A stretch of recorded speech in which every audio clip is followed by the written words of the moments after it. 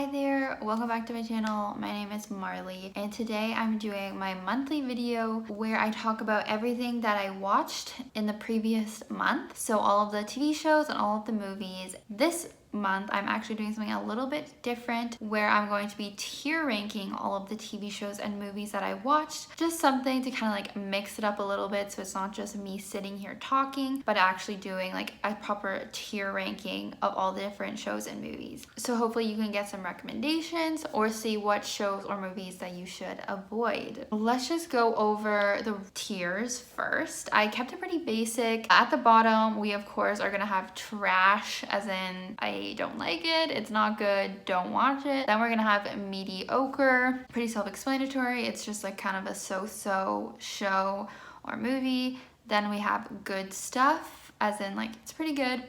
Then in orange we have love it. Obviously I really love it and recommend it. And then our top tier is going to be perfection, which of course means that it's like the perfect show for me and I love it so much. And I'm going to be ranking 4 movies and 12 TV shows. That's what I watched this past month. For the TV shows, I haven't watched like the whole season in some of the cases. Some of them are just ones that I watch on a weekly basis. Okay, so let's start out with the movies. So the first movie in my little picture thing down at the bottom here is Howl's Moving Castle. So I wanted to watch this because I wanted to watch a few more Studio Ghibli movies because I haven't really seen a lot of them. So I heard good things about Howl's Moving Castle, so I wanted to watch it. What this one is about is this young girl, she just works at like a little hat making store that I think was her parents. And she's not really doing too much with her life until she gets cursed by this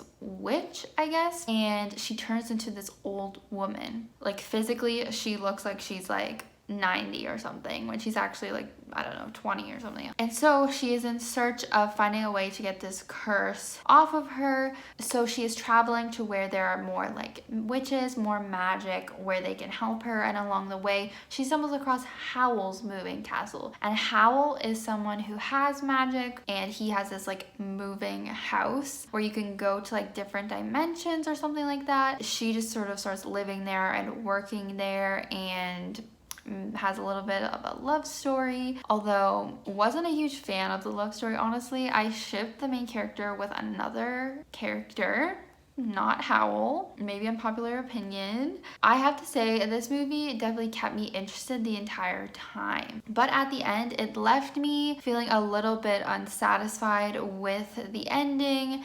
But throughout the whole thing, I thought it was pretty good. What would I rank this? I think I'm gonna go with good stuff. Hello, will this work? I'm gonna put in good stuff. It's pretty much right in the middle where it was enjoyable. I liked watching this different style of movie, the Japanese anime movies, because I haven't seen too many of them. And there were a lot of interesting things about the story. I liked the magical world, but wasn't totally in love with everything.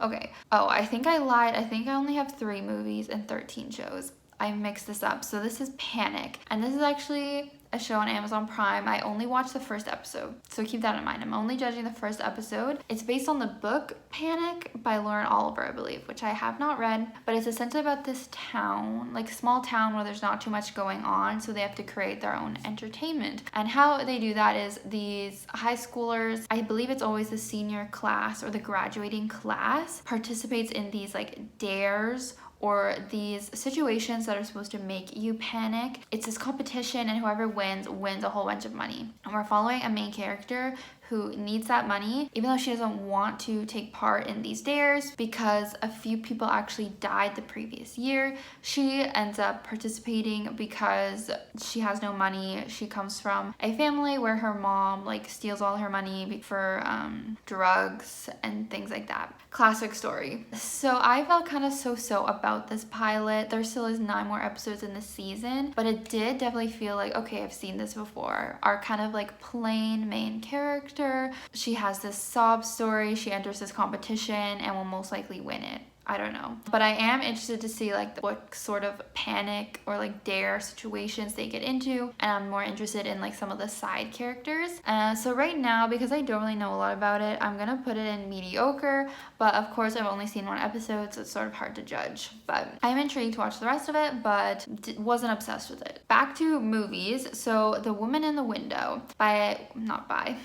starring Amy Adams was a movie I watched recently. This is also based off a book that I have not read, so I can't really speak to that, but it is a thriller book about this woman who is agoraphobic, so she does not go outside. She's afraid of going outside, and she has some other like issues with alcohol and mixing those with her meds, that kind of thing. So while she's always home inside, she finds herself normally looking out at her neighbor's house, hence The Woman in the Window, and she gets these new neighbors that move in, and she sort of starts interacting with them. There's the son, the father, and the mother. She has some interactions with them, and then she witnesses a murder happening at the house across the street, but because she's kind of like an unreliable narrator, right, because she's on these drugs, she's drinking, she has some mental issues, you can't really trust if what she's seeing is real or not, which is something that's not super unique in the thriller world, right? Like, is our main character crazy or not? Like, we've seen it before. I was still intrigued though. I was like, where is this gonna go? We had this big plot twist revealed that ended up being something that I saw coming. And then the actual twist was just kind of like so. Okay, so I'm not sure if I should put it in, maybe I'll put it in like mediocre, but I would consider putting it in good stuff just because like I did enjoy it during the time. It was just like, did it shock me? Not really.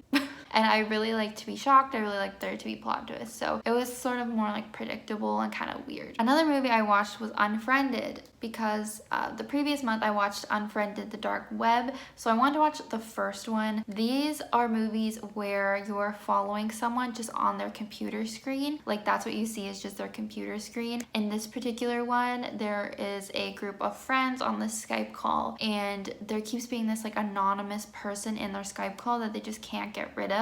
And it ends up being some sort of like hacker or paranormal person. The characters may or may not be getting like tormented by this person and some sort of like revenge situation. But I really like this style that people have been doing with just showing the computer screens, showing a whole story through like texts and calls and like internet searches and stuff like that. However, I think the Dark Web one that I watched, the second one, was a lot better. That one I really highly recommended, but this one, I think I'm just gonna have to put it in with these other two things in mediocre because it wasn't as good as the other one. They definitely like upped their game with the other Unfriended movie. This one was just okay. Now, next in this list, we have Loki. So I have seen 2 episodes of the Loki TV show on Disney+.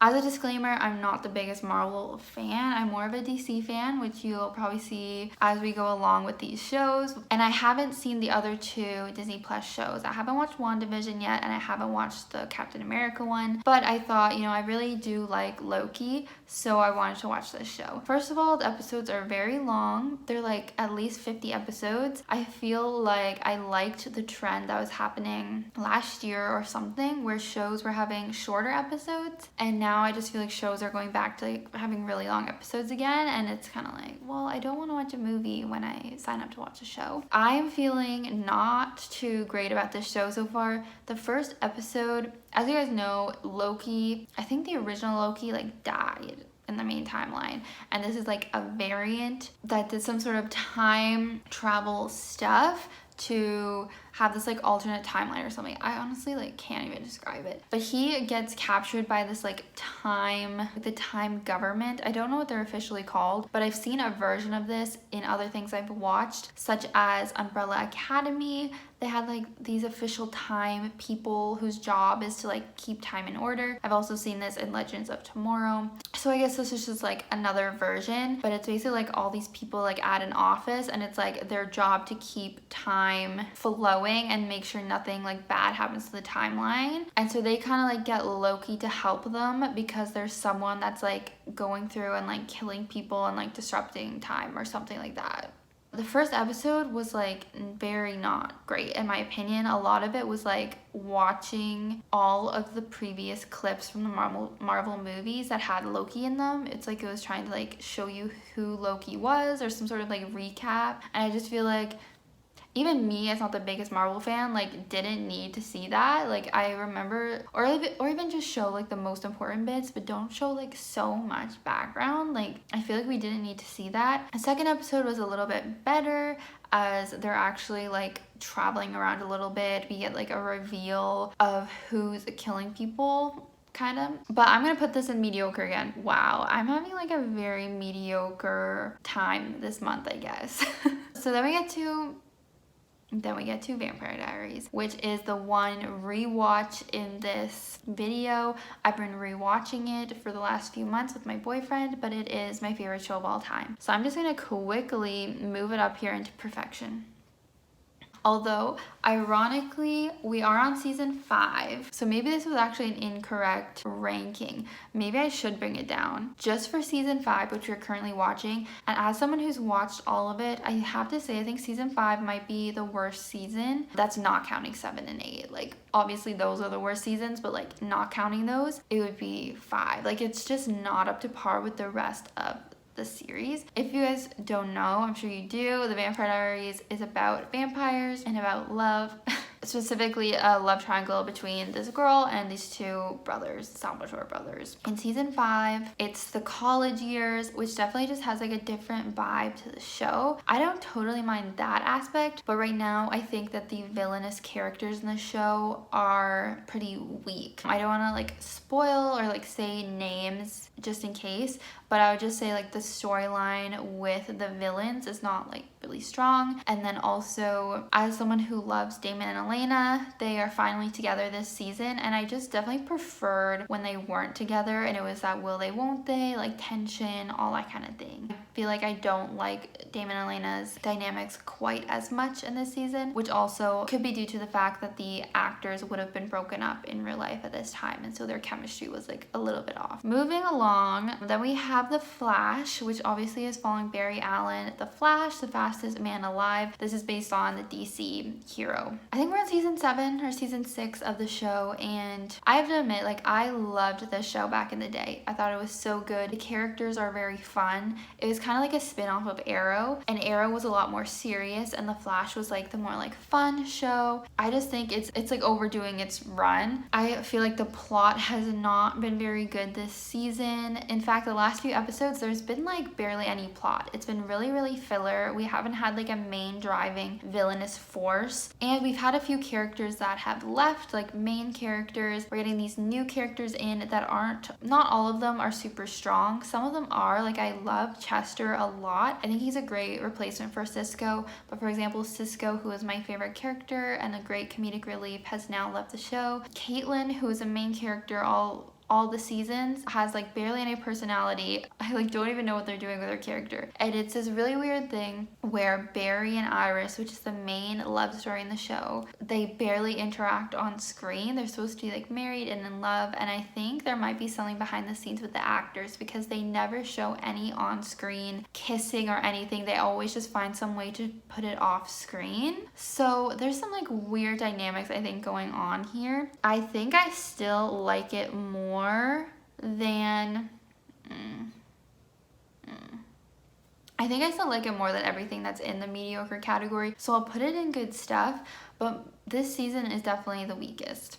Speaking of weak shows, next we have Supergirl, which is another DC show in that same Arrowverse, and this is following obviously Supergirl, Kara. This has had some good seasons, mostly in the beginning again, and I just have not been enjoying it for many seasons now. This is actually the last one. I will say they've had a couple strong episodes this season, which I appreciated because this was another show where I just didn't feel connected to a lot of the minor characters, secondary characters, and there were a few episodes this season where they mixed things up a little bit, and I did appreciate that. But I think this is a show similar to The Flash, I would even say. Both of them suffer from the fact that it's so focused on the superhero aspects and there's not as much focus on the human aspects. When a superhero show starts and it's dealing with a character learning about their powers, something like that, you still are rooted in like the human normal world and maybe have a lot of like normal problems. But I feel like in Supergirl, it's like only focused on the aliens and only focused on the action action, and we're not seeing as much of those like human moments we used to have with Kara at the office doing her like journalism stuff with Cat Grant. Like now it's just only Supergirl, only taking place in like the DEO.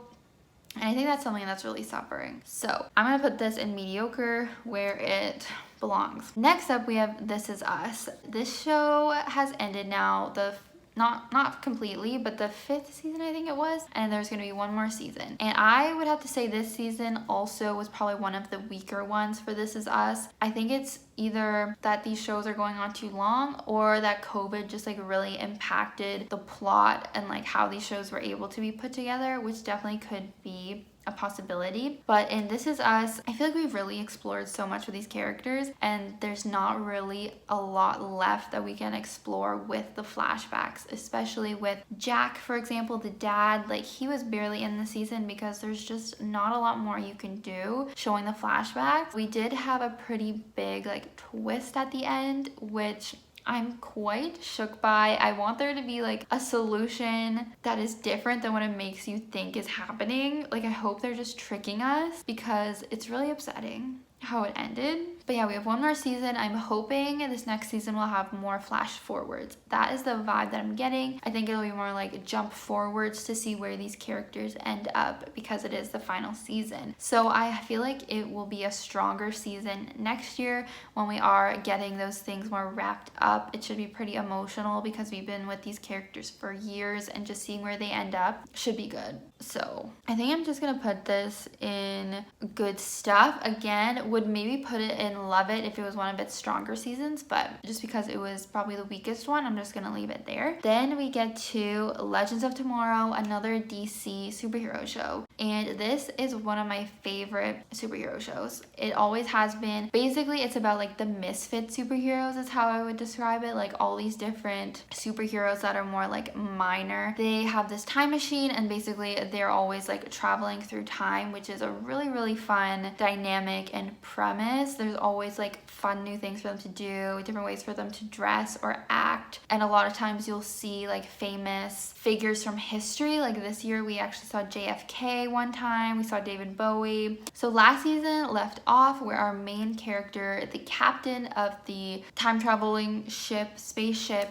got abducted by aliens. So we've had aliens in this season. Similar to the other shows, I think this might be one of the weaker seasons. I didn't really like seeing our main character, Sarah, separated from the group, but I would say the last episode that I watched was like really strong. I'm not sure if it was the finale or not, but it was really strong. So I'm still gonna put this in good stuff. I really always recommend this show and always love it, but I think again this was more of like the weaker seasons, and we have to take that into account. Our last superhero show I think that we have, oh no, we still have more but it's Superman and Lois, another show that takes place in that same universe, and we're following Superman when he's already like an established figure. He's already married to Lois, and he has these 2 twin boys who are like 14. It's basically like your typical superhero show, but we're not having that like origin story. Like it's already established. It's more so an origin story for like his sons, because the one son ends up getting powers and the other one doesn't,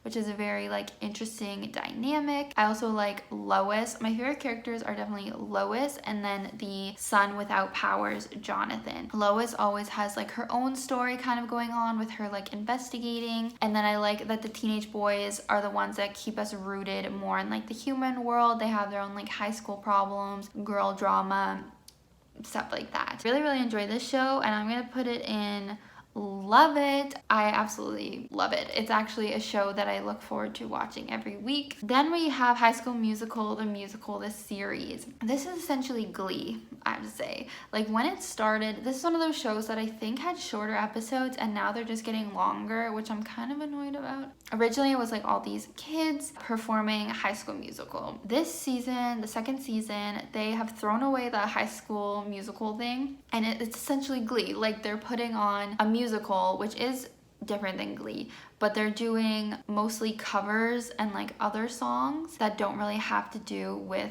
musicals, which I actually like. Like at first I was like, oh, they're just trying to become Glee. But then I'm like, wait, I liked Glee, so I like this.